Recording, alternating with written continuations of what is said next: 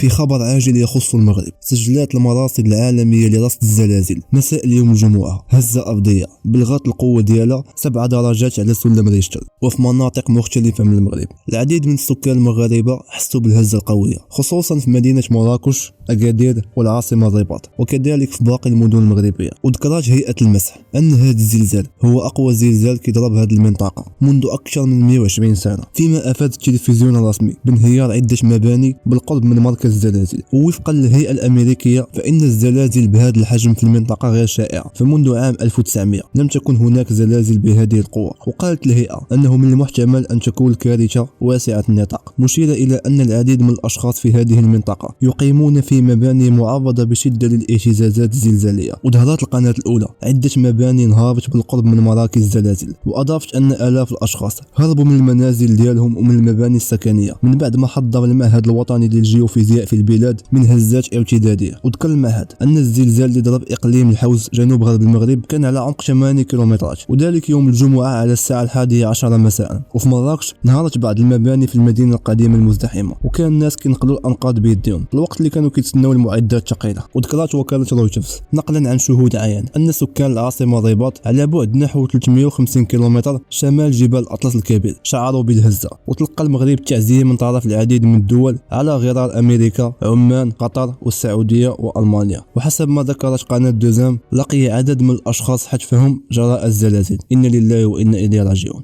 وفي خبر آخر، الجامعة المغربية لكرة القدم كتقدم طلب رسمي للاتحاد الأفريقي لتأجيل المباراة اللي غادي تلعب اليوم بين المنتخب المغربي ونظيره الليبيري لحساب الجولة الأخيرة المؤهلة لأمم أفريقيا. وهذا الشيء من بعد الزلزال العنيف اللي ضرب في أكادير ومراكش ومدن مغربية أخرى وبلغت القوة ديالو 7 درجات. وللإشارة فإن مدينة أكادير غتكون مسرح المقابلة اللي غادي تجمع ما بين المنتخب المغربي والمنتخب الليبيري.